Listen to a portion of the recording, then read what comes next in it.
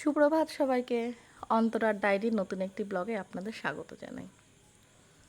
সকালে ছেলেকে স্কুলে দেওয়ার পরে আমরা দুজনে মিলে ছাদে একটু পায়চারি করছিলাম, আর কিছু কথাবার্তা, সাথে গাছগুলোকেও একটু দেখাশোনা করছিলাম।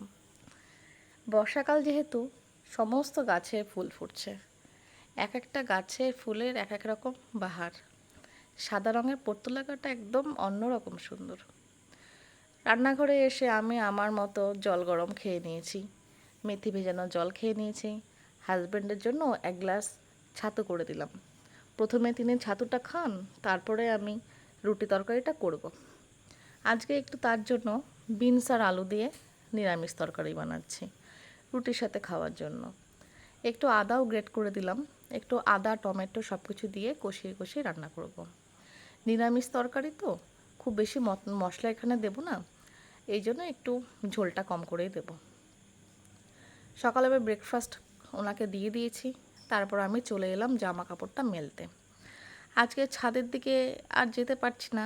ছাদে প্রচণ্ড জামা কাপড় যা ছিল 2-3 দিনের সব মেলে দিয়েছি। ছাদটা পুরো ভরে গেছে।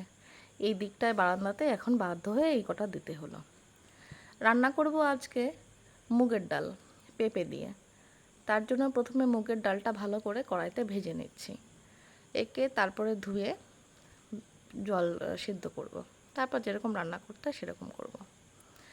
বাজার থেকে যে ডিমগুলো আনা হয়েছিল, এত নোংরা লাগানো ছিল, ডিমগুলো একটু না ধুয়ে রাখলে একদম হয় না। ধুয়ে টুয়ে রাখলে কি হয়, যখন সময় হয় ভাজার বা সিদ্ধ করার, তখন নোংরাটা আর হাতে লাগে না। পরিষ্কার ডিমে তখন পটাপট করা হয়ে যায়। ডিমগুলো ভালো করে ধুয়ে ধুয়ে নিচ্ছি। প্রত্যেকটা ডিমকে আমি বাসন মাজার সাবান দিয়ে মেজেছি। মেজে তারপরে এখন জল দিয়ে ধুয়ে নিচ্ছি ভালো করে বেশ। তা এইগুলো করতে করতে একটা ডিম আমার হাত থেকে পড়ে ফেটেও গেছে। চলুন, 12টার মধ্যে একটা কমে গেল। ডিমগুলো জল দিয়ে ধোয়ার পরে জলটা ঝরিয়ে রাখবো খানিকক্ষণ। তারপর যখন শুকিয়ে যাবে তখন আবার তুলে রাখবো। আমরা ডিম ফ্রিজে ঢুকাই না। এটা আমি এইখানে এসে দেখেছি, ঝাড়খণ্ডের সবাই ডিমগুলো বাইরেই রাখে, ফ্রিজের মধ্যে এরা না রাখেন না। তো সেটা দেখেই আমি এটা শিখেছি। আমরা মনে হলো ডিম বাইরেই থাক, দরকার নেই ফ্রিজে ঢোকানোর। এই রান্না বান্না করার ফাঁকে হঠাৎ করে মনে হলো দুজনে মিলে বেরিয়ে পড়লাম, আমি আর আমার বান্ধবী। অনেকদিন ধরে টার্গেট করে রেখেছি, একটা বাড়িতে খুব সুন্দর মানি প্লান্ট হয়েছে। আমার কিছু কিছু মানি প্লান্ট নষ্ট হয়ে গেছে, কেন ঠিক বুঝতে পারলাম না। হয়তো অনেকদিন জলটা পাল্টানো হয়নি, সেজন্য হতে পারে। তো আজকে টার্গেট করেছিলাম ওইখানে যাব। দুজনে মিলে গল্প করতে করতে বেরিয়ে পড়লাম কাজের ফাঁকে। সেখান থেকে ওকে বললাম, তুই মানি প্লান্টটা চুরি কর, আর আমি তোকে পাহারা দিচ্ছি। যেরকম বলা সেরকম কাজ। ও লেগে পড়লো মানি প্লান্ট চুরি করতে, আর আমি ওকে একটু পাহারা দিচ্ছিলাম। আসলে ব্যাপারটা শুনি এরকম যে মানি প্লান্টটাকে নাকি চুরি করেই নিতে হয়, এটা নাকি কেউ বলে নেয় না। যাই হোক, এগুলো কাজকর্ম করার পরে দুজনে মিলে হঠাৎ করে মনে হলো যাই রাস্তার পাশ থেকে একটু আলুর চপ আর চাটনি খাই। তো যেমন ভাবা তেমন কাজ, দুজনে মিলে হাত ধুয়ে বসে পড়লাম। দুটো আলুর চপ, দুজনে দুটো দুটো করে আলুর চপ খেয়ে নিলাম। জানি না খেলাম তো পেট টেট খারাপ হবে কিনা বলতে পারছি না। তো এখান থেকে খাওয়া দাওয়া করলাম, দুটো আলুর চপ আর একটা করে মিষ্টি। এখানে বসলাম বেঞ্চে বসে দুজনে মিলে একটু খাওয়া দাওয়া করলাম। তারপর বাড়ি পৌঁছে গেলাম, বাকি রান্নাটা সারলাম। স্নান করে ছাদে গেলাম ফুল তুলতে। আজকে বড় বড় জবা ফুটেছিল। হাইব্রিড জবা একটু লেটে ফোটে ঠিকই, কিন্তু এত বড় আর এত সুন্দর হয় দেখতে, সত্যি এর তুলনা নেই। দেশি জবা যেরকম অনেক বেশি পরিমাণে হয়, হাইব্রিড জবা একটু কম হয়, কিন্তু হাইব্রিড জবার সাইজটা একদম অন্যরকম, বিশাল বড় বড়। যাই হোক, এই বর্ষাকালে আমার ফুলের কোনো অভাব নেই।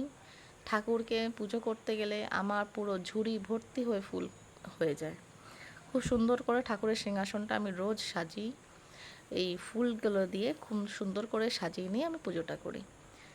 গত দিনের বাসি ফুলগুলো আস্তে আস্তে করে সরিয়ে নেব, তারপর আজকে টাটকা ফুলগুলো দিয়ে ঠাকুরের পুজোটা করে নেব। তার মধ্যে হাজব্যান্ড আবার হঠাৎ করে বলছেন, আজকে একটু লাউয়ের তরকারি করো, একটু লাউ নিরামিষ করে।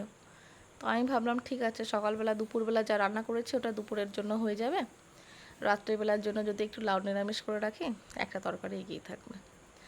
দুটো পদ্মের বীজ দিয়েছি জলে, দুদিন হলো। প্রত্যেক দিন ওর জলটাকে পাল্টে পাল্টে নিচ্ছি। আগের বারও চেষ্টা করেছিলাম, ফুল ফোটেনি ঠিকই, কিন্তু পাতা হয়েছিল 2-4টে। সেই পাতা দেখেই আমি খুব আনন্দ পেয়েছিলাম। এইবার আশা করি একটা ফুলের মুখও দেখব। আগেরবার পাতা দেখেছি 4টে, এবার দেখা যাক ফুল দেখি কিনা। দুপুরবেলা খাওয়া দাওয়া করে নিয়েছি, ছেলে স্কুল থেকে বাড়ি ফিরে এসছে, সে খাওয়া দাওয়া করে নিয়েছে।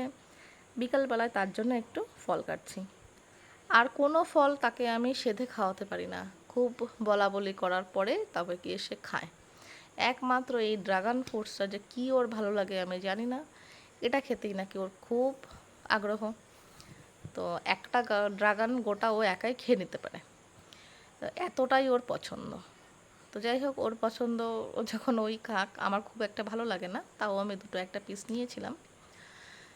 ও ফলগুলো কেটে কুটে ওকে দেব। আজকে ওর স্যার আসবেন না, টিউশন কোনো মাস্টার আজকে আসার নেই, গিটার ক্লাসও নেই। বিকালবেলা একটু কি করবে, বসে বসে টিভিও দেখছে, একটু গিটারও বাজাচ্ছে। ওকে ফলটা দিয়ে দিলাম খেতে। আমি দুপুরবেলায় যে ভাত রান্না, মানে চাল ভেজানো জলটা আমি রেখে দিই। এই চাল ধোয়া জলটা প্রত্যেক দিন গাছে আমি দেওয়ার চেষ্টা করি, বিশেষ করে এই নীলকণ্ঠ গাছটাতে আমি দিই। নীলকণ্ঠ গাছটার গোড়াটা সবসময় একটু ভিজে ভিজে ভিজে থাকলে ভালো হয়, না হলে দেখেছি গোড়াটা শুকিয়ে গেলেই গাছের পাতাগুলো একদম নুয়ে পড়ে। এখন এত ফুল দিচ্ছে যে গাছটাকে আমাকে একটু বেশি করে খেয়াল করতে হচ্ছে। এটা একটা নতুন কাটিং লাগিয়েছি। আজকের মতো ভিডিওটা তাহলে এখানেই শেষ করছি। ভালো লাগলে অবশ্যই একটা লাইক করবেন। টাটা।